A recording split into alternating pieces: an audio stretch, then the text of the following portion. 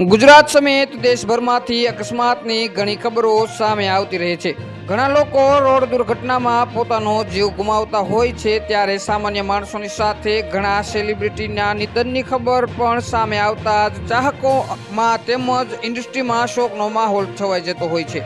હાલ એવી જ એક ખબર સાઉથ ઇન્ડસ્ટ્રીમાંથી સામે આવી છે, જ્યાં પ્રખ્યાત ટીવી અભિનેત્રીનું રોડ દુર્ઘટનામાં મોત નીપજ્યું જતા ચાહકો શોકમાં ડૂબ્યા છે। હિટ તેલુગુ ટીવી શ્રેણી ત્રિનયનીમાં તિલોમતીમાની ભૂમિકા ભજવીને ઘર ઘરમાં જાણીતી બનેલી અભિનેત્રી પવિત્ર જયરામનું રવિવારે માર્ગ અકસ્માતમાં મૃત્યુ થયું હતું। આંધ્રપ્રદેશ મહેબૂબનગર પાસે એક ભયાનક કાર અકસ્માતમાં તેનું ઘટના સ્થળે જ મોત થયું હતું।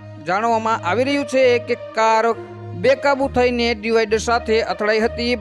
બાદમાં હૈદરાબાદ વાનપાલટી આવી રહેલી બસે જમણી બાજુએ કારને ટક્કર મારી હતી।